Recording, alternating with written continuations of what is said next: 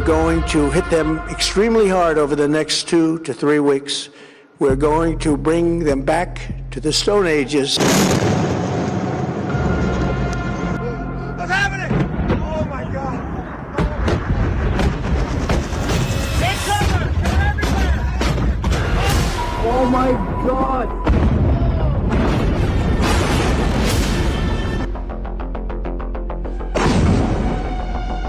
Tonight, Iran's navy is gone. Their air force is in ruins. They led are now dead.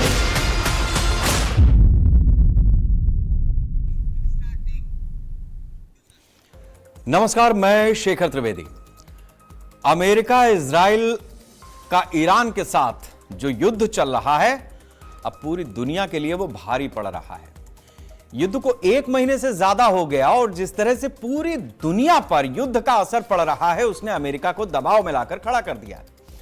Iran भले America और Israel के साझा हमले झेल रहा हो, लेकिन ईरान का हौसला कहीं से कम होता दिखाई नहीं दे रहा।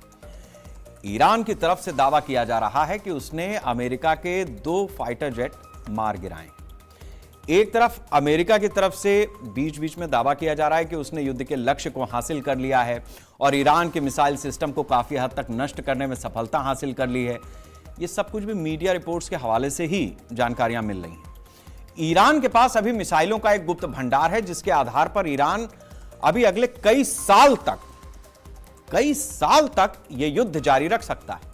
सबसे बड़ी बात तो यह है कि जो अमेरिका विश्व में खुद को श्रेष्ठ साबित करने का संदेश देता था, अंतर कलह से जूझ रहा है। अमेरिका के अंदर ईरान के साथ चल रहे युद्ध का बड़े स्तर पर विरोध हो रहा है। अमेरिका में कारोबार प्रभावित हो रहा है। अमेरिका में हथियार कारोबार प्रभावित हो रहा है। मतलब दुनिया में वैसे भी अमेरिका के पास अगर कुछ है तो हथियार ही हैं जो दुनिया भर में बेचता है। दुनिया के कई देश भीषण ऊर्जा संकट के दौर से गुजर रहे हैं, जिसमें भारत भी शामिल है। यहां लाइनें आप देख रहे हैं। यहां जो दिक्कत है वो अपनी जगह पर है, उससे हमारी सरकार पार पाने की कोशिश भी कर रही है। दुनिया के कई ऐसे देश हैं जहां स्थिति आउट ऑफ कंट्रोल है, नियंत्रण से बाहर है। कई देशों में तेल और गैस की भीषण किल्लत है। अब ऐसे में सवाल उठ रहा है कि जो युद्ध अभी तक हवाई हमलों तक सीमित है, क्या वो जमीनी स्तर पर कभी शुरू होगा? आने वाले समय में अमेरिका, इजराइल, ईरान का युद्ध न्यूक्लियर अटैक की तरफ भी बढ़ रहा है क्या? फिलहाल कुछ भी हो, लेकिन जिस तरह से युद्ध के साइड इफेक्ट पूरी दुनिया पर असर डाल रहे हैं, उससे अमेरिका के राष्ट्रपति डोनाल्ड ट्रंप घिरते जा रहे हैं। अमेरिका के ऊपर अब कई देशों का भी दबाव है। कारोबार खतरे में है। शेयर मार्केट बुरी तरह से प्रभावित हो रहा है। हॉर्मुज स्ट्रेट अगर ज्यादा दिन तक बंद रहा तो आने वाले दिनों में और किल्लत हो जाएगी गैस की, तेल की। हालांकि ट्रंप ने युद्ध को समाप्त करने का संकेत दिया है, लेकिन युद्ध कब तक समाप्त होगा इसकी कोई निश्चित तारीख नहीं है। वैसे भी ट्रंप सुबह कुछ और कहते हैं, शाम तक पलट जाते हैं। दोपहर में उनका मूड कुछ होता है और रात में सोते सोते कोई सपने में भी बयान अमेरिका के राष्ट्रपति की तरफ से आता है। ये ट्रंप की हालत है। कई देशों के पास जो मुश्किल समय के लिए ऊर्जा भंडार बचाकर रखा गया था, अब उसमें भी कमी हो रही है। ईरान भले युद्ध में बुरी तरह जख्मी हो गया हो, लेकिन वो घायल शेर की तरह अभी भी दहाड़ रहा है। पाकिस्तान की तरफ से कुछ दिनों पहले मध्यस्थता की पहल की गई थी, लेकिन ऐसा लगता है कि पाकिस्तान को किसी ने गंभीरता से लिया भी नहीं। हमने अपनी चर्चा में भी इस बात को कहा था कि पाकिस्तान उछल ले जितना उछल सकता है, लेकिन उसकी क्रेडिबिलिटी है नहीं। अपने देश में उसके नेताओं की नहीं है, आर्मी की नहीं है। जिस तरीके की स्थिति वो पैदा करता है दुनिया भर में, उससे दुनिया भर में उसकी स्थिति कंट्रोवर्शियल है, क्रेडिबिलिटी नहीं है। युद्ध के कारण कई देशों की अर्थव्यवस्था बुरी तरीके से चरमराने लगी है। ऐसे में सबसे बड़ा सवाल यह है कि इस खर्चीले और दुनिया को संकट में डालने वाले युद्ध से आखिर दुनिया को कब मुक्ति मिलेगी? जिस तरीके से अमेरिका, इजराइल पूरी ताकत के साथ में ईरान पर हमला करते चले जा रहे हैं, बावजूद उसके ईरान झुकने को तैयार नहीं है और एक के बाद एक अमेरिका के ऐसे फाइटर जेट्स गिरा रहा है जिनके बारे में कहा जाता है कि अगली पीढ़ी के हैं।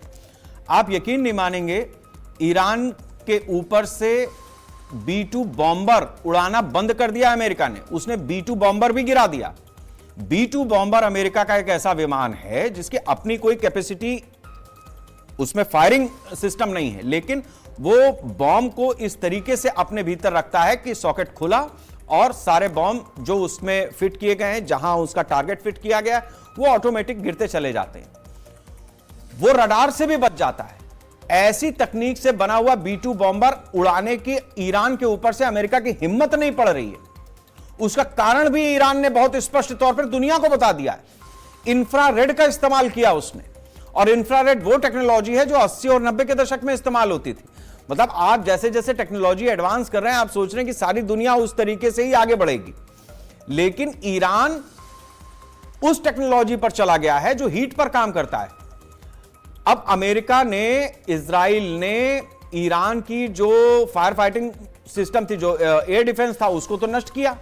इधर ईरान ने अमेरिका और इजराइल का किया, और उसके बाद अब वो इंफ्रारेड केवल इतना देखता है कि आसमान में गर्मी कहां पर है, किस जगह पर हीट एलिमेंट आगे बढ़ रहा है। तो ईरान के पास कुछ है नहीं कि जिसका भी हो मारो, उड़ा दो। तो अब अमेरिका की स्थिति वो हो गई है, ना वो उगल पा रहा है ना निगल पा रहा है। तो इन सारे विषयों पर, जिस तरीके की स्थिति हमने आपको बताई है, इन सारे मुद्दों पर आज हम चर्चा करेंगे। हमारे साथ एक्सपर्ट होंगे, लेकिन उससे पहले जो बयान इस समय चर्चा में है उसको सुन लेते हैं। अमेरिका को कुछ नुकसान उठाना पड़ रहा है, पर ज्यादा नुकसान जो भी हो उठाना पड़ रहा है खाड़ी के देशों को और इजराइल को। पर ये जो पायलट गिरा है और अभी तक उसका पता नहीं है, उसको अगर ईरान ने कैप्चर कर लिया तो मुझे ये याद दिलाता है कि ट्रंप का शायद ऐसा हाल ना हो जो कार्टर का हो गया था, जब होस्टेजेस अमेरिकन एम्बेसी की कैप्चर कर ली गई थी 1980 में। रोज अमेरिका की टेलीविजन स्क्रीन्स पर उनकी फोटो वीडियोस आते थे, और देश में ये माहौल बनी है कि कार्टर तो बहुत कमजोर है, उन्हें निकाल ही नहीं पा रहा। तो इस तरह से इस पायलट के अगर वीडियोस रोज आने शुरू हो गए ईरान की तरफ से कि ये देखो ये रहा आपका पायलट, या उसने मैसेज दिया मुझे बचाओ, तो ट्रंप पे आ जाएगा कि भाई ट्रंप तो वीक है कि उसको निकाल नहीं पा रहा। बहुत प्रेशर आएगा ट्रंप पे। इसमें गैस की समस्या है, लोग क्यू में ठहरे हैं, ऑटो वाले हैं, दुकान वाले हैं, दूसरे लोग हैं, कार वाले हैं, सबको वो एक बहुत बड़ी समस्या हो गई है। सरकार उधर ध्यान देना चाहिए, वो नहीं दे रही है, क्योंकि इनकी फॉरेन पॉलिसी जो है, विदेश नीति जो है, वो ठीक नहीं है। उस विदेश नीति के लिए आज हम लोग उनके विदेश नीति सही नहीं रहने की वजह से आज हम सफर हो रहे हैं। युद्ध और लड़ाइयाँ जीवन की शांति की स्थापना कभी नहीं करती, वो समग्र मानव जाति के लिए खतरा है। हमारा दुर्भाग्य है कि आज बहुत बड़ी मात्रा में युद्ध छिड़ गया है और अलग अलग देश उसमें संलग्न बन रहे हैं। शांति की उम्मीदें समाप्त हो रही है। ऐसे में हम सभी को मिलकर के कामना करनी चाहिए कि युद्ध ना हो, मानवता का सभी परिचय दें, मिलजुल करके रहें। इसके लिए अहिंसा, सौहार्द, प्रेम, मैत्री और विशेष करके क्षमा की भावना सबसे बड़ा शस्त्र सिद्ध हो सकती है। छोटी बड़ी अनेक युद्ध चल रहे हैं। अभी एक भारी युद्ध चला है अमेरिका, ईरान और इजराइल में, जिसके कारण तेल का संकट भी दुनिया में उभर रहा है। भारत ने अपने आप को तेल से संकट के उभरने के लिए अनेक रास्ते खोज लिए हैं। बाकी जगह तेल महंगा हुआ है, भारत में सस्ता हुआ है। भारत ने अपनी कूटनीति से सारे विश्व में इस ढंग से रिश्ता बना लिया है कि भारत तेल के संकट में नहीं फंसेगा। कल भी हमने सुना कि ट्रंप का बातचीत हो गई है। ट्रंप ने ऐलान किया कि हम ये युद्ध को रुका देंगे, हम इनकी जो रिफाइनरीज है वहां पर अटैक नहीं करेंगे, 5 दिन तक हम स्टे कर देंगे, युद्ध नहीं करेंगे। उसके बाद क्या पता चल रहा है कि फटाफट मार रहा है आर्टिलरी, फिर रात को देख रहे तो ईरान मार रहा है। तो क्या कौन बोल रहा है, कुछ हमको तो समझ में ही नहीं आ रहा है। अब अगर बातचीत होती तो बहुत अच्छा है। देखिए, हर इंसान ये चाहता है, युद्ध किसी भी समस्या का समाधान नहीं है। सब चाहते हैं कि युद्ध खत्म हो जाए, मासूम बेगुनाह लोगों की जानें जा रही है।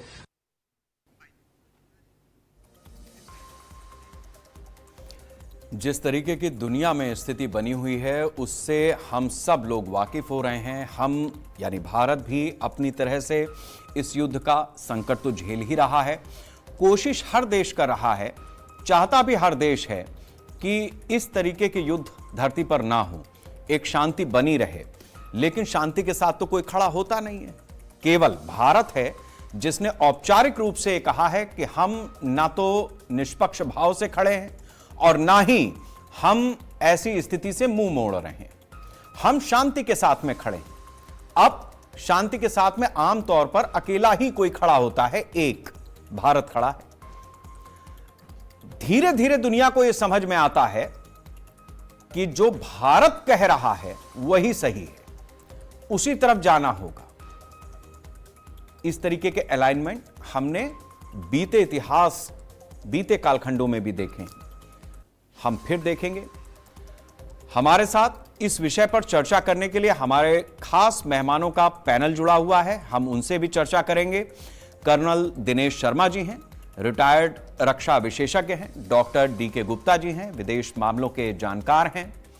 हमारे साथ प्रोफेसर एम.के. अग्रवाल जी हैं, अर्थशास्त्री हैं। और मेरे साथ शारिक अरशद जी भी जुड़े हुए हैं, सोशल मीडिया मैनेजर हैं, दुबई से हमारे साथ में जुड़े हुए हैं।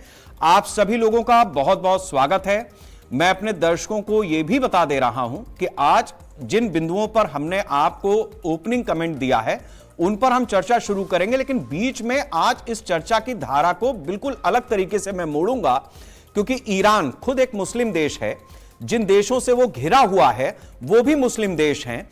इसकी जड़ में आखिर क्या वजह है कि एक मुस्लिम देश खुद के ऊपर हमले के बाद अपने अड़ोस पड़ोस के मुस्लिम देशों पर हमला कर देता है? किस तरीके की सोच वहां पर डेवलप हुई है, किस तरीके की स्ट्रेटेजी और किस तरीके की महत्वाकांक्षा उन 56 मुस्लिम देशों में भी मिलकर के बनी हुई है, जिसकी वजह से अमेरिका हैरान रह गया कि आखिर जिस जगह पर उसे उम्मीद नहीं थी वहां पर भी ईरान ने हमला कर दिया। सबसे पहले हम कर्नल साहब आपसे इस चर्चा की शुरुआत करेंगे, क्योंकि इस पूरी लड़ाई में अगर किसी के हाथ पांव फूले हैं तो वो डोनाल्ड ट्रंप है, अमेरिका है, जो दुनिया की ठेकेदारी करता था। आज न सिर्फ उसकी ठेकेदारी खतरे में है बल्कि पूरा धंधा भी खतरे में है। तेल का हो या हथियारों का हो, B-2 बॉम्बर इंफ्रारेड की वजह से उड़ाना बंद कर दिए हैं। F-16, F-18 जैसे विमानों को ईरान ने धराशायी कर दिया है। ड्रोन न जाने कितने उसने गिराकर रख दिए हैं।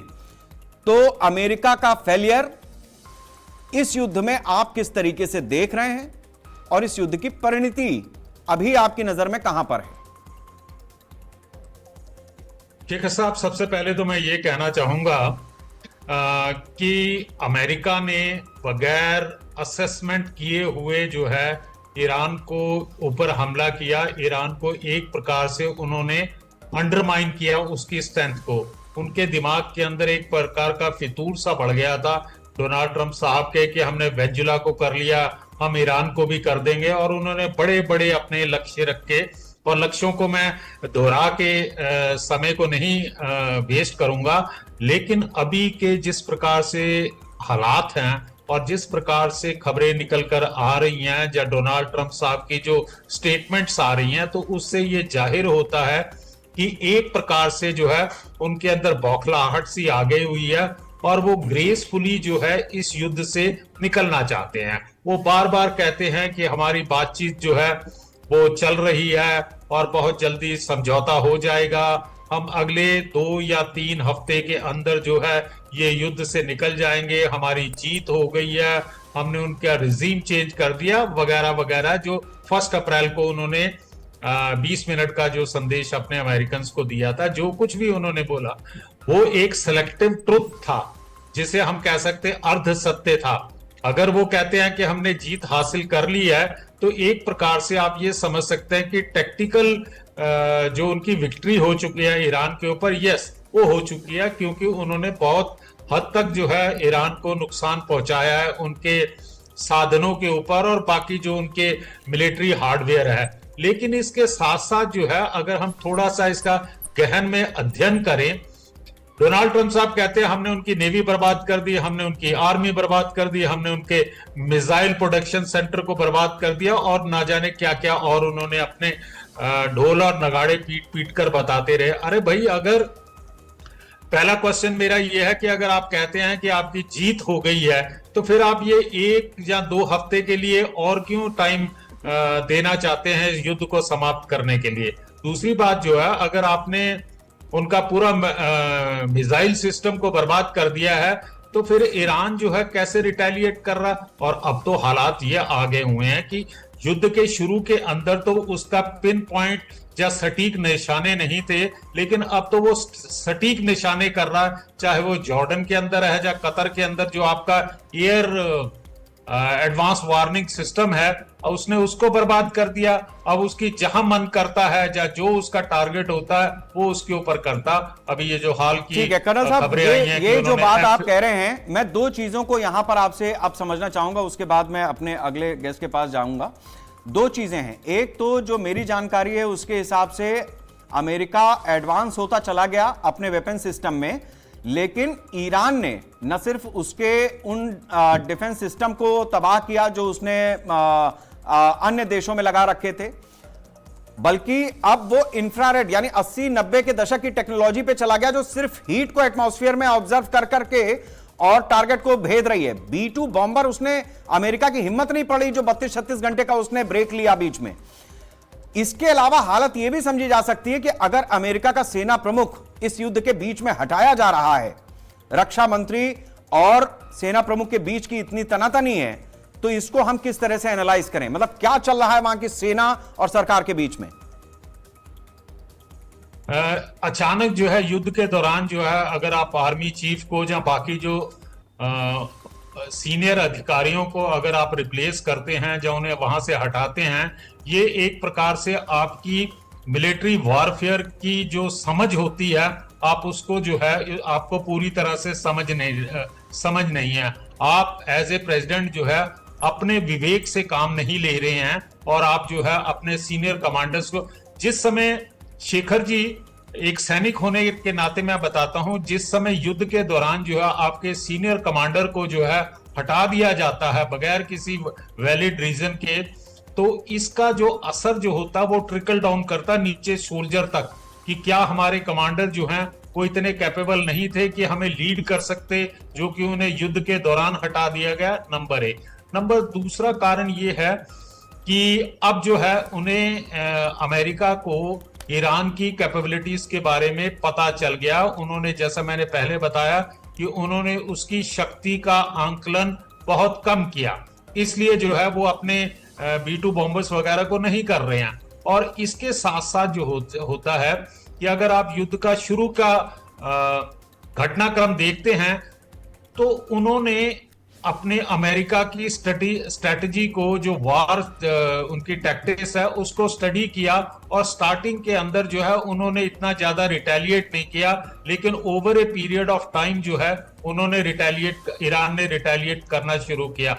शेखर साहब, मैं आपको एक चीज आपके माध्यम से आपके दर्शकों को बताता हूं कि युद्ध की जो नीति होती है वो 24 घंटे के अंदर या एक हफ्ते के अंदर नहीं बनती। उसके लिए जो है बहुत सालों का जो होता आप स्टडी करते हैं। तो जिस प्रकार से ईरान के बारे में है, ईरान ने 2007 से जो है इस प्रकार की तैयारी शुरू कर दी थी। उन्हें अंदेशा था कि आने वाले दिनों के अंदर अमेरिका उसके ऊपर हमला करेगा। तो 2007 से लेके उन्होंने अपनी सेना का जो गठन है, डेलीगेशन ऑफ पावर है, वो अपना सब कुछ कर लिया बगैर डोनाल्ड ट्रंप की तरह। ठीक बात है, यानी उनकी स्ट्रेटजी इस तरीके की थी।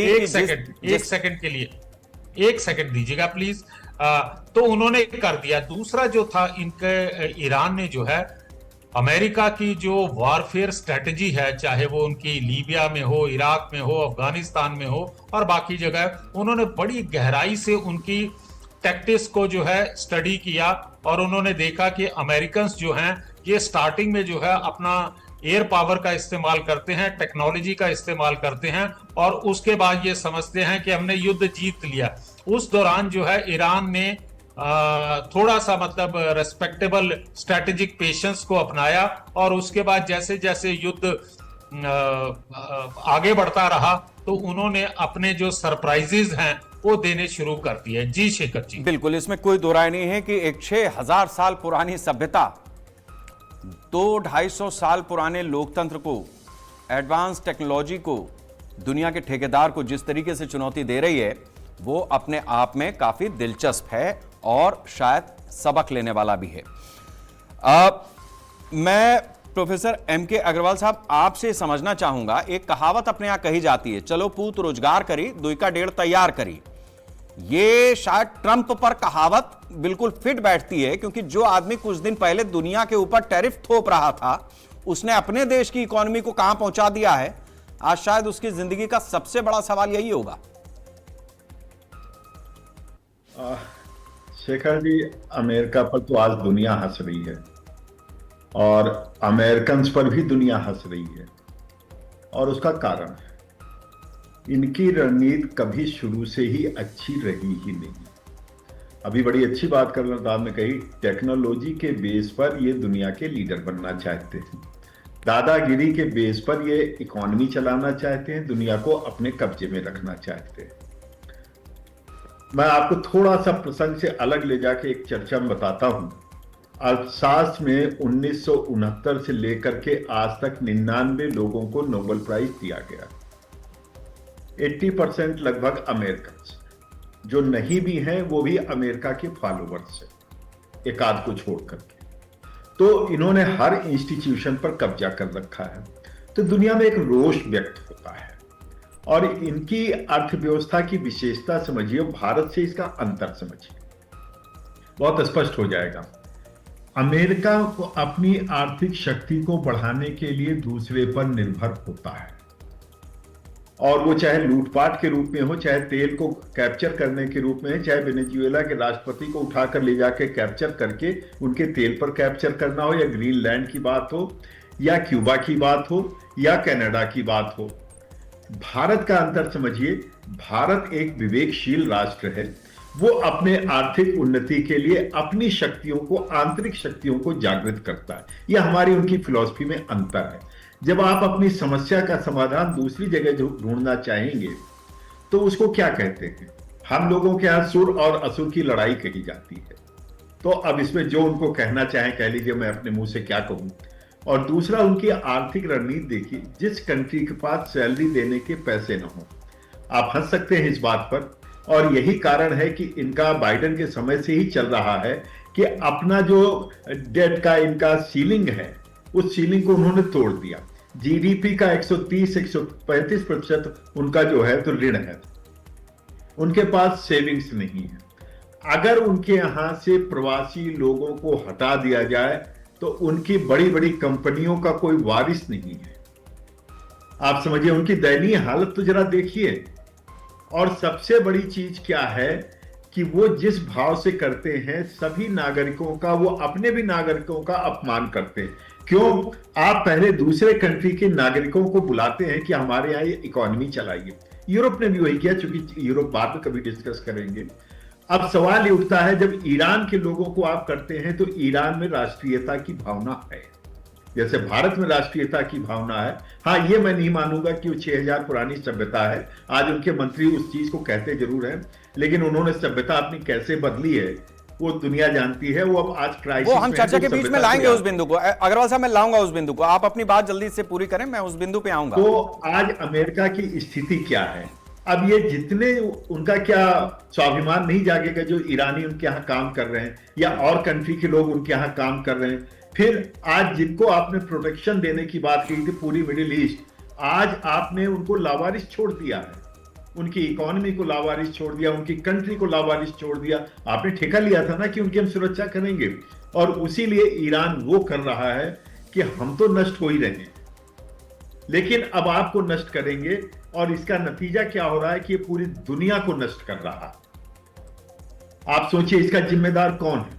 अमेरिका की वो महत्वाकांक्षा। और मैं फिर एक बार चेताना चाहूंगा, आप ट्रंप को मत समझिएगा, ट्रंप की केवल एक गलती है, ज्यादा गलती नहीं है, बड़बोलापन है।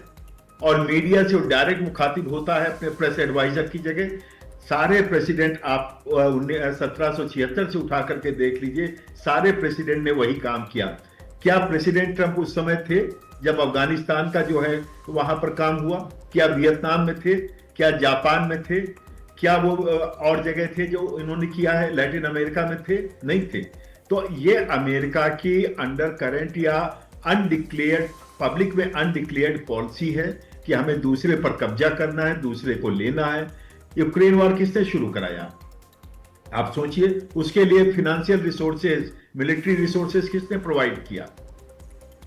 आप सोचिए, इकोनॉमी की तरफ उनका ध्यान नहीं है। आप उनके यहां महंगाई देखिए कहां जा रही है, और सबसे बड़ा चुनौती उनके यहां क्या है, एक तरफ जिस पर हमारा ध्यान नहीं जाता है, ग्लोबल साउथ को तरफ देखने वाला कोई नहीं बचा है आज के दिन। थोड़ा बहुत जो ध्यान दे पा रहा है केवल भारत अकेला देश है जो ग्लोबल साउथ की चिंता कर रहा है। बांग्लादेश को भी हमने तेल दिया, हमने श्रीलंका को भी तेल दिया, अपने में से दिया।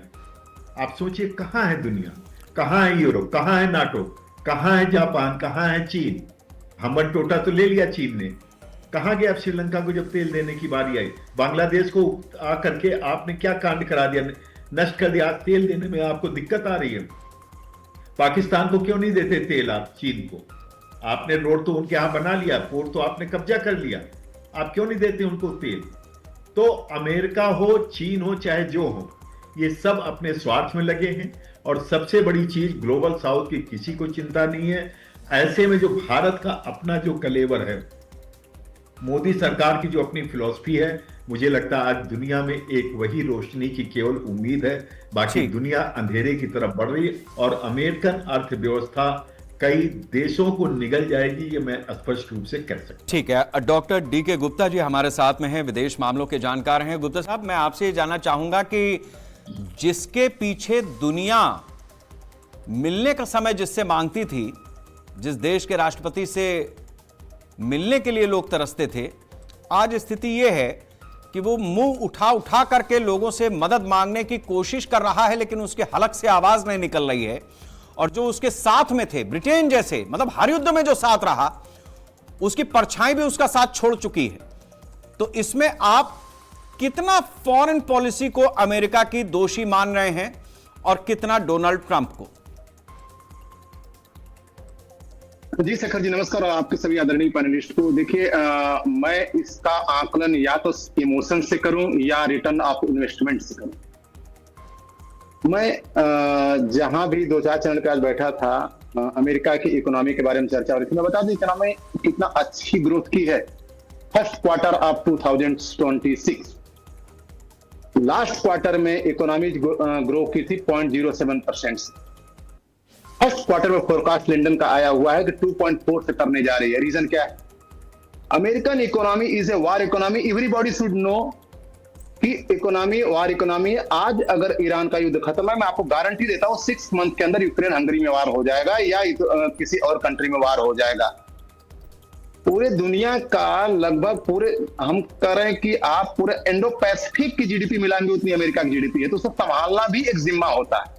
ये बोलते हैं ना, हम घर बड़ा बनवा लेते हैं तो उसको मरम्मत करना भी हमारे लिए बड़ी जिम्मेदारी हो जाती है, या हम बड़ी गाड़ी ले लेते हैं तो उसको हमको चलाना भी हमारी बड़ी जिम्मेदारी हो जाती है।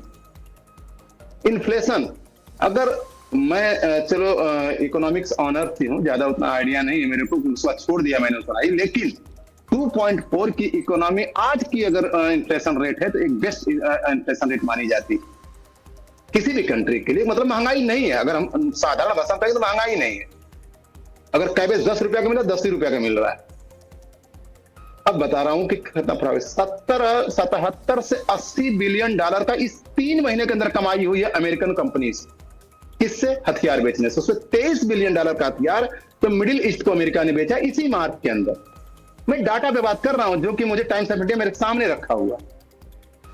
और 23 बिलियन डॉलर का मतलब यह हुआ कि आधा वार, जो आधा युद्ध है, उसका खर्चा निकल गया उसका। और मैं आपको बताया कि देखो, टैरिफ लगाना दुनिया का WTO के हिसाब से सबका पावर होता है और सबका अधिकार है। भारत भी 60 से 65%, 70% तक टैरिफ लगाता है। कुछ अमेरिकन कंट्री ऐसे हैं जो नहीं लगाते थे कि डेवलपिंग कंट्री को हम नहीं लगाएंगे ताकि उनका वो भी विकास कर सके। अगर हम ही टैरिफ लगाते रहेंगे तो उनका प्रोडक्ट बिकेगा कैसे?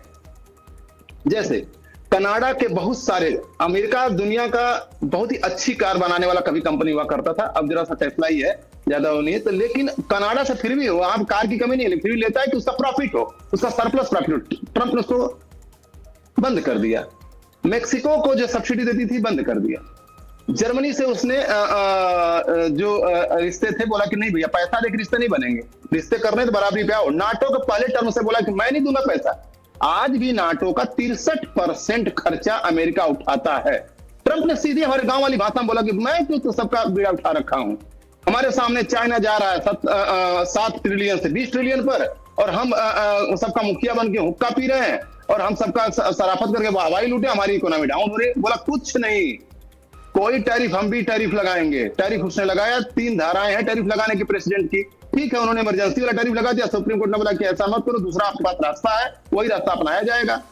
उन्होंने टैरिफ लगाया $279 बिलियन, आपके साथ वार्ता में कई बार बता चुका, $270 बिलियन ऑन रिकॉर्ड है जो अमेरिका ने कमाया। आज तक अमेरिका के इतिहास में इससे ज्यादा टैरिफ कभी नहीं कमाया, और औसत टैरिफ मारने का उसका रहा है $70 बिलियन। मतलब कि उसने 209 या 210 या हम 200 रफली मान लें, 200 बिलियन ट्रायल अपने किट्टी में इकट्ठा कर लिया टैरिफ के। मतलब अमेरिका ने पहले इराक से सेना हटाई, सीरिया से सेना हटाई, लीबिया से सेना हटाई, अफगानिस्तान से सेना हटाई, वो खर्चा बचाया। और ट्रंप इतना चालाक आदमी कि विपन हथियार बनाया किसको? टैरिफ को। टैरिफ को हथियार बना के और उसने $280 बिलियन कमाया, उसमें 70 माइनस करके जो औसतन हर साल आता है $200 बिलियन। और इस समय 600 से 700 मिलियन पर डे युद्ध का खर्चा आ रहा है। अगर हम 3 महीना युद्ध चलाएंगे तो $30 बिलियन, $4 बिलियन उसका खर्चा आएगा। तो अमेरिका के जब प्रेसिडेंट को जब ये कहा जाता है कि वो समझदार नहीं है, तो मैं उनको जरा सा क्रेडिट देता हूं कि वो समझदार है और वो बहुत युद्ध में जाके और अपने सेनाओं को भेज के। लेकिन अब यहाँ पे ईरान वाले युद्ध में देखिए, ईरान वाले युद्ध में जहां तक मेरी थ्योरी थी, मैं बार बार कह रहा था कि अमेरिका युद्ध नहीं चाहता है यहाँ पे, लेकिन अमेरिका युद्ध करेगा क्योंकि उसकी डोमेस्टिक पॉलिटिक्स इसको काटी है।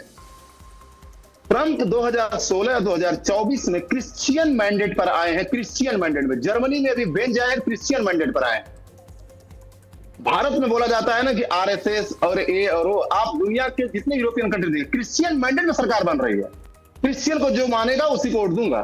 कमला हैरिस इसलिए चुनाव हारी थी क्योंकि उन्होंने इजराइल की तारीफ कर दी थी। डेमोक्रेट जो न्यू एज के थे वो नाराज हो गए, वोट नहीं दिए। तो इस तरफ से इस युद्ध में जहां पे उनकी ऑयल कंपनी कमा रही है, और मैं एक और डाटा आपको बता रहा हूं, इस 2 महीने में भारत जो है अमेरिका से जो गैस खरीदता था वो केवल 71 टन खरीदता था, लेकिन इस महीने खरीदा है 3,38,000 टन, मतलब 5 गुना। यही ट्रंप चाहते हैं। और ट्रंप ने बड़ा, अगर उसको रीड कर पाओगे तो बहुत सही ढंग से, अदरवाइज इसमें उलझे रहेंगे। ट्रंप ने बोला कि हॉर्मुज तुम्हारा है, मैं ईरान को हॉर्मुज के लिए नहीं अटैक किया था, तुमको इंडो पैसिफिक हो, तुमको परेशानी हो रही है क्योंकि इंडो पैसिफिक 38% दुनिया का तेल खर्चा करता है और 8% ही पैदा करता है। बोलता तुमको जरूरत है तो हॉर्मुज को बचाओ, नहीं तो मेरे यहां से खरीदो। बड़ा सिंपल लाइन 3 दिन पहले थी उनकी, या तो बचाओ या तो मुझसे खरीदो। बस यही ट्रंप चाहते हैं। अगर समझ गए गणित को तो ठीक है, नहीं तो वो है हर देश। आज जो बात आपने कही है, इसमें दो बातें मैंने अपनी चर्चा की शुरुआत में रखी थी, क्योंकि अब जिस दिशा में युद्ध पहुंच गया है उसमें यह बात आनी ही थी कि एक चीज तो यह है कि हर देश, दुनिया का हर आदमी स्वार्थी है, कोई देश स्वार्थी ना हो ऐसा हो ही नहीं सकता। तो अमेरिका का स्वार्थ कहां सिद्ध हो रहा है ये वो देख रहा है। यही बात नरेंद्र मोदी जब हिंदुस्तान के परिप्रेक्ष्य में कहते हैं कि मेरे देश के लिए जो उचित होगा मैं वो करूंगा, तो उस पर अपने यहां विपक्ष में अलग अलग तरीके के बयान आते हैं। अब आप यह समझिए कि ईरान जो एक मुस्लिम देश है, उसके अगल बगल जो देश हैं वो भी मुस्लिम हैं, लेकिन ईरान से मिसाइल उड़ती है और जा करके कतर पर गिरती है, बहरीन पर गिरती है, यूएई पर गिरती है। क्यों गिरती है? इसका जवाब लेने के लिए आज हमने शारिक अरशद जी को अपने साथ में जोड़ा है। दुबई से हमारे साथ में जुड़े हुए हैं। दुबई का नाम सुनते ही लोगों को यहां पर बहुत सारा सोना, हाँ, मोना डार्लिंग, इन सारी चीजों की याद आती है। दुबई से सोना आ रहा है। अब दुबई की जो हालत है वो इस समय शारिक जी से बेहतर कौन बता सकता है, और अगल बगल अगर मिसाइल गिर जाए तो वो भी आश्चर्य मत मानिए। इस तरीके की स्थिति पूरे गल्फ में बनी हुई है। अब खेल यह है कि ईरान दुनिया में सबसे बड़ा शिया मुल्क है। उसके अलावा जो दूसरा दुनिया में सबसे बड़ा शिया मुल्क है वो अजरबैजान है। आर्मेनिया से लड़ाई जब अजरबैजान की होती है तो चूंकि इजराइल उधर से साथ देता है, इसलिए ईरान हमेशा आर्मेनिया का साथ दे देता है, जबकि वो सुन्नी देश है। अपने वर्चस्व को, यानी जिस बात की क्रिश्चियनिटी की बात अभी डीके गुप्ता जी ने की है, भारत हिंदू राष्ट्र की बात करता है, उसी तरीके से जो मुस्लिम है वो मुस्लिम स्थापत्य की बात जब करते हैं तो केवल चुनौती मिलती है टर्की से, क्योंकि वहां खलीफाओं का दौर रहा है और उस चीज को तुर्की किसी ना किसी रूप में वापस पाना चाहता है, वरना ईरान ने यह कहा है कि जितने भी देश जहां जहां अमेरिका से सिक्योरिटी ले रहे थे, सिक्योरिटी हम दे देंगे। हमारी रेवोल्यूशनरी गार्ड इतनी मजबूत है कि अमेरिका को पानी पिलाने का मादा रखती। शारिक जी, अब आप स्थिति स्पष्ट करें कि जो दुनिया में क्रिश्चियनिटी, हिंदू राष्ट्र और इसके बीच में जो मुस्लिम आधिपत्य, जो मुस्लिम फ्लैगशिप की एक लड़ाई चल रही है, दिख रहा है कि अमेरिका इजराइल और ईरान की लड़ाई है, लेकिन अंदर अंदर गल्फ में बहुत कुछ चल रहा है जो शायद दुनिया को उस नजर से समझ में नहीं आ रहा है। Good evening Shekhar ji, for having me here. तो रही बात जियो पॉलिटिक्स की और बाकी सारी चीज़ों की, तो इस पैनल में सारे एक्सपर्ट हैं, तो मैं ज़्यादा उस पर नहीं जाऊंगा। As a resident, as a Indian, as a UAE resident, as a Indian, हम डेली बेसिस पे क्या फेस कर रहे हैं, कैसा है, मैं ज़्यादा उस पर बात करना चाहूँगा ताकि वो क्लियरिटी आए कि इंडियंस जो यहाँ पे रह रहे हैं वो कैसे रह रहे हैं। तो चीज़ें बैक टू नॉर्मल हैं काफ़ी हद तक, और आप देखेंगे कि डेली रूटीन में लाइफ आ चुकी है यहाँ पे, और हमारे लिए एक न्यू नॉर्म कह सकते हैं कि हमारे फोन्स पे अलर्ट आता है। शायद मैं बात कर रहा हूँ और अलर्ट आ सकता है, तो उसमें हमें प्रिकॉशन बताए गए हैं, वो प्रिकॉशन हम लेते हैं, और विद इन 5 मिनट 10 मिनट्स, क्योंकि अभी तक जो यहाँ रहते हुए हमने पाया है, देखा है, उसके according UAE is capable enough to protect their people, और वो हमें भी बिल्कुल वैसे ही ट्रीट कर रहे हैं जैसे वो अपने सारे लोकल लोगों को ट्रीट कर रहे हों। तो यहाँ पे रहना is completely for now is safe. तो और चीजें आप हमारे यूएई ने देखेंगे, आप वॉर को के टाइम पे बहुत सारे ऐसे बजट दिए हैं जो यहाँ की इकोनॉमी को सपोर्ट करे। यहाँ नए नए डेवलपमेंट्स चल रहे हैं। आप एक बहुत ही फेमस इंडियन डेवलपर हैं रिजवान साजन जी, डैन्यूब प्रॉपर्टी से, BMW से विवेक अग्निहोत्री हैं जो बॉलीवुड एक्टर भी हैं आई थिंक। अभी कल ही उनका इवनिंग में एक यहाँ पे इवेंट था दुबई में, प्रॉपर्टी लॉन्च हो रही हैं, लोग बुक कर रहे हैं। तो ओवरऑल जो सिचुएशन है वो काफी हद तक नॉर्मल है। लोग सड़कों पे जा रहे हैं, लोग वीकेंड्स पे डिनर कर रहे हैं। हाँ, उन सारी चीजों के बीच में ये प्रिकॉशंस हैं, ये प्रिकॉशंस लिए जा रहे हैं कि अगर आपको अलर्ट्स मिल रहा है स्पेसिफिक, मैं उसमें कहना चाहूंगा कि हमारी जो टेक्नोलॉजी यूएई में रहते हुए जो है दैट इज वेरी प्रिसाइज, कि जहां पे जो होना है, अटैक अगर हो रहा है तो वो वेरी प्रिसाइज, आपको अलर्ट आते हैं। 5 मिनट के बाद ये आता है कि you are safe, you can resume your work normally. तो एज ऑफ नाउ अभी की सिचुएशन में मैं तो यही कहूंगा कि चीजें काफी हद तक बेटर हैं। और रही बात पीस की, तो हम सारे एज अ इंडियन पीस की बात करते हैं। यूएई में रहते हुए हम ऑलमोस्ट 4 मिलियन इंडियंस रहते हैं, 4 मिलियन आई थिंक, 4 मिलियन से ज्यादा ही रहते हैं।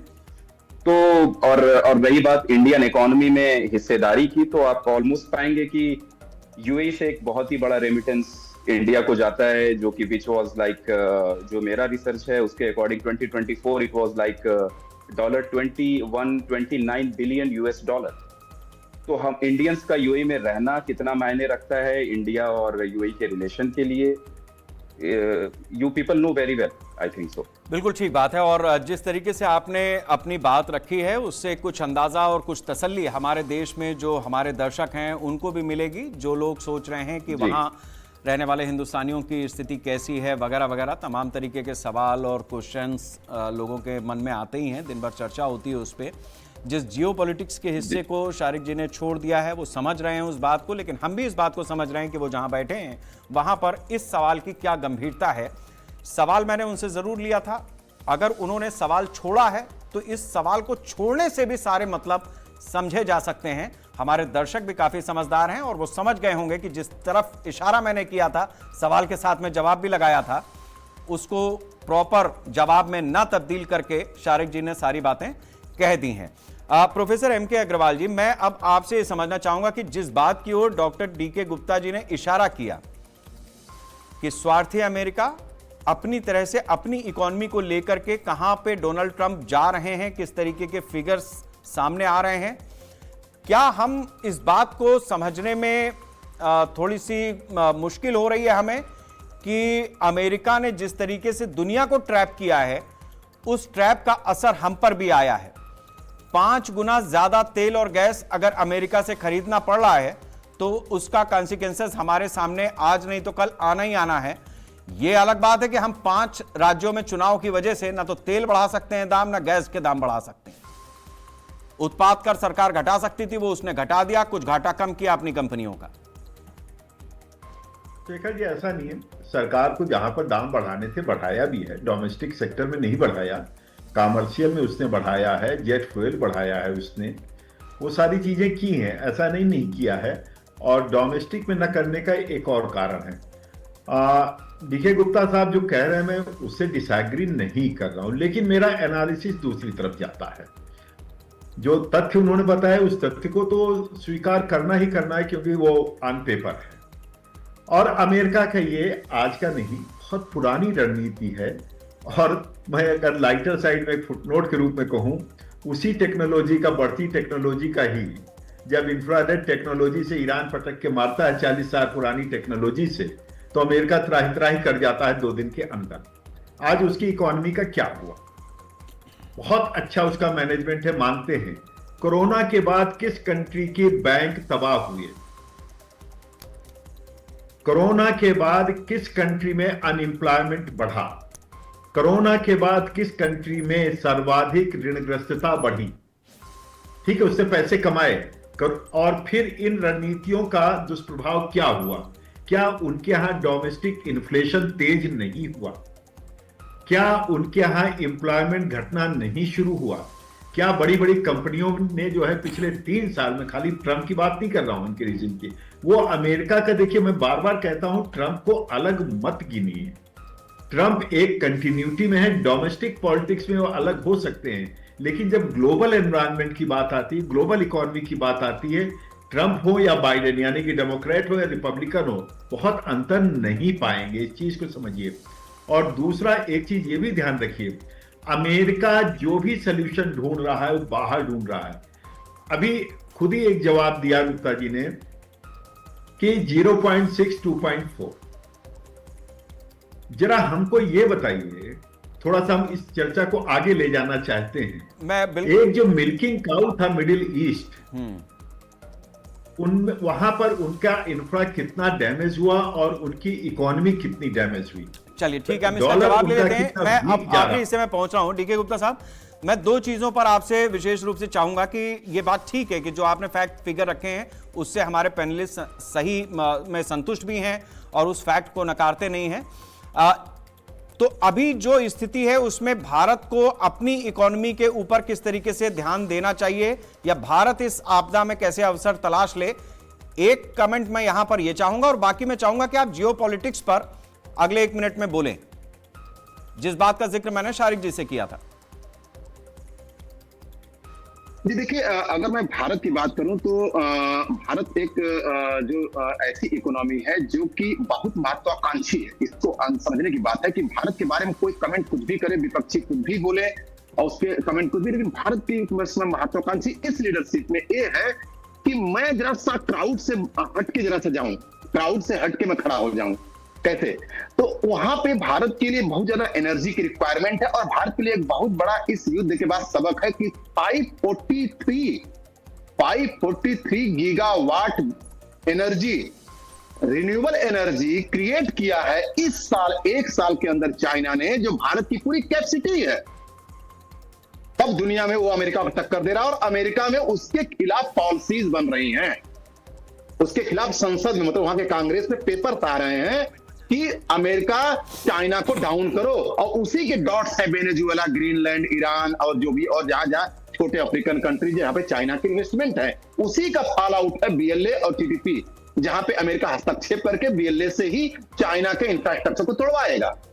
तो भारत के लिए और वहां के जो टेक्नोक्रेट्स हैं, जैसे कि सारिक अहमद जी, ये लोग बड़े अच्छे अच्छे पोस्ट पर वहां पे होंगे, इन सभी लोग भारत के हैं, भले ही रह रहे, तो इन सभी से एक इंटीग्रेटेड एक चीज होती है कि भारत को अगर 2047 में अगर जाना है, एनर्जी एक ऐसा सेक्टर है जिससे भारत को बहुत मेहनत करनी है। और ऑयल के, देखिए भूमध्य सागर के पास, ठीक है, ये पॉइंट नोट हो गया डीके गुप्ता साहब। एनर्जी सेक्टर पे भारत को काम करना है, वहां पर स्कोप दिखता है। इस चर्चा में एक पॉइंट ये आ गया, मैं चाहूंगा कि जो गल्फ कंट्रीज हैं और जियोपॉलिटिक्स जिस तरीके की है, शिया सुन्नी और बाकी चीजें, चूंकि आप विदेश मामलों के जानकार के रूप में जुड़े हैं, तो थोड़ी सी रोशनी उसके ऊपर डाल दें। देखिए, इस विश्व का सबसे बड़ा फेल्यूर है कि सेकंड पॉपुलेटेड जो रिलीजन है मुस्लिम, सेकंड पॉपुलेशन रिलेशन मुस्लिम है पूरे वर्ल्ड के अंदर, और सबसे ज्यादा डिसइंटीग्रेटेड है। अगर सारी साहब मुझसे शायद ताल्लुक इससे रखेंगे, पूरा यूरोपियन कंट्रीज और यूएसए और इसके पहले जो भी यूरोपियन कंट्रीज का, चाहे नेपाल, नेपोलियंस का, चाहे हिटलर का, चाहे वो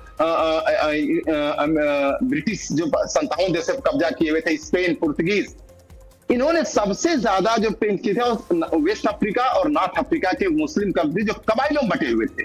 और आज भी देखिए, कितना भी कुछ भी अपील ईरान कर ले, मिडिल ईस्ट के देश कभी भी ईरान के साथ नहीं आएंगे, क्योंकि ईरान ने पिछले 20-40 सालों के अंदर उनके साथ बहुत अच्छे व्यवहार नहीं किए। हर देश के अंदर मैं बता दूं, सऊदी अरबिया का अभी यमन से हौदी से लड़ाई हो रही थी, मतलब ईरान से लड़ाई हो रही थी। लेबनान के अंदर हिजबुल्लाह ने लगभग आधा लेबनान कब्जा कर रखा, मतलब ईरान ने कब्जा कर रखा। सोचने की बात है, सीरिया में असद को भगा दिया गया है, तो अमेरिका वहां कब्जा में आ गया, वहां पे ईरान ने कब्जा कर रखा। तो जब छोटा पावर होके ईरान 0.4 ट्रिलियन की इकोनॉमी होके अगर पूरे मिडिल ईस्ट को अगर खंगाल सकता है, उसके देशों में अपने प्रॉक्सीज बना के कर सकता है, तो अमेरिका से उसके बनस्पति तुलना करिए कि वो क्यों नहीं 4-5 देशों को गुलाम बनाएगा। इस लाइन पे अगर हम सोचे तो ये सोचने की बात है कि सबको एक होना पड़ेगा। इंडो पैसिफिक में, अगर मैं इसीलिए वेस्ट एशिया बोलता हूं, मिडिल ईस्ट नहीं बोलता। मिडिल ईस्ट यूरोपियन की लैंग्वेज है, जो बोलते हैं कि यूरोप से कितना नजदीक हो। वेस्ट एशिया मतलब मेरे अंदर भाईचारा आता है, वेस्ट एशिया के पार्ट है। और जब पूरे मिडिल ईस्ट के इतने अच्छे देश हैं, और हमारे चाइना, भारत, जापान, कोरिया, अगर ये मिल के अगर साथ में बैठ के करें जैसे क्रिश्चियनिटी कम्युनिटी करती, तो हमारा जो इकोनॉमिक है वो नॉर्थ अटलांटिक से शिफ्ट होकर इंडियो पैसिफिक में आएगा और हम आगे बढ़ेंगे। तो अब मैं आखिरी एक सवाल, 30 सेकंड है मेरे पास सिर्फ, कर्नल साहब आपसे लेना चाहूंगा कि क्या आपको लग रहा है कि जिस तरीके की स्थिति बनी हुई है उसमें आगे चल करके कोई ऐसी स्थिति बनेगी जिसमें या तो दुनिया इस युद्ध में कूदेगी, या फिर अमेरिका बिल्कुल अलग थलग और अकेला पड़ेगा? वो अलग बात है कि वो अपनी इकोनॉमी कैसे चलाएगा, फॉरेन पॉलिसीज कैसे चलाएगा, लेकिन युद्ध के मोर्चे पर वो आज अकेला पड़ रहा है और कल अकेला दिखेगा भी। शेखर साहब, देखिए, ऑलरेडी जो है पूरी दुनिया जो है पार्शली जो है इस युद्ध के अंदर कूद चुकी है। जब युद्ध के अंदर कूदने से मेरा अभिप्राय ये नहीं है कि वो अपनी फोर्सेस को उन्होंने डिप्लॉय किया, लेकिन एक प्रकार से सभी अब एक्टिव हो चुके हैं, क्योंकि ऊर्जा की कमी के कारण हर कंट्री की जो है इकोनॉमी जो है वो अफेक्ट कर रहे हैं। अभी आप हाल में देखिए, 34 देशों की जो है ब्रिटेन ने जो है एक मीटिंग ऑर्गेनाइज की थी, जिसके अंदर डिस्कशन हुआ था कि हम किस तरह से डिप्लोमेसी से या बातचीत से जो है स्ट्रेट ऑफ हार्मुज को खुलवाएं। तो ये एक प्रकार से सभी हो चुके हैं। अब देखिए साहब, ऐसा है कि आने वाले दिनों में क्या होगा इसके बारे में इस समय प्रेडिक्ट करना बहुत मुश्किल है, क्योंकि कोई भी हालात ऐसे नजर नहीं आते हैं कि कोई बातचीत का दरवाजा खुलेगा। हालांकि डोनाल्ड ट्रंप कह रहे हैं कि हमारी बातचीत हो रही है, लेकिन किसी भी क्वार्टर से ये नहीं पता चल रहा कि किसके साथ बातचीत और हो रही कितनी है। बातचीत हो रही है। बहुत बहुत शुक्रिया, मेरे पास आज समय इतना ही था। कर्नल साहब बहुत बहुत शुक्रिया आपका, गुप्ता साहब आपका भी बहुत बहुत शुक्रिया, अग्रवाल साहब आपका भी शुक्रिया, शारिक साहब अपना ख्याल रखिएगा, बहुत बहुत धन्यवाद। आगे भी आपसे हम चर्चा करते रहेंगे। इस पूरी चर्चा में इतनी बात तो साफ है कि स्वार्थ से भरी हुई दुनिया, स्वार्थ से भरा हुआ अमेरिका अपने स्वार्थ को सिद्ध कर रहा है। वो जिस चीज को सिद्ध कर रहा है उसकी सिद्धि में बहुत सारा घी, तेल, गैस ऐसा जल रहा है जिसकी वजह से दुनिया त्राहिमाम त्राहिमाम कर रही है। स्क्रीन पर मेरे धमाके और आग का जो बवंडर आप देख रहे हैं, आप कल्पना कीजिए कि इस तरीके का बवंडर जिन देशों में भुगतने को लोगों के सामने मौका पड़ रहा है, उनकी स्थिति क्या होगी। भारत जिस दौर में, जिस तरीके से, जिस शिद्दत के साथ में अपनी चीजों को लेकर के खड़ा है, उसमें 150 करोड़ हिंदुस्तानी बहुत बड़ी ताकत हैं दुनिया के लिए और दुनिया को समझाने के लिए कि आखिर सही रास्ता क्या है। पाकिस्तान की छीछालेदर हो चुकी है, अमेरिका अपनी तरह से अपने स्वार्थ में लगा है, ईरान और जो पूरा मुस्लिम देशों का ताना बाना है, वो अपने अपने वर्चस्व को लेकर के खुद में इस तरीके से उलझा है जिससे सुलझना, जिससे निकलना वो खुद नहीं चाहते। ऐसे में यकीन मानिए कि कोई एक तरफ जहां खड़ा है, धीरे धीरे स्थिति वो बनेगी कि लोग उसके पीछे आकर के खड़े होने में ही भलाई समझेंगे। शांति का रास्ता भारत ही दिखाएगा। नमस्कार। We're going to hit them extremely hard over the next 2 to 3 weeks. We're going to bring them back to the Stone Ages. What's happening? Oh my God. Take cover! They're everywhere! Oh my God!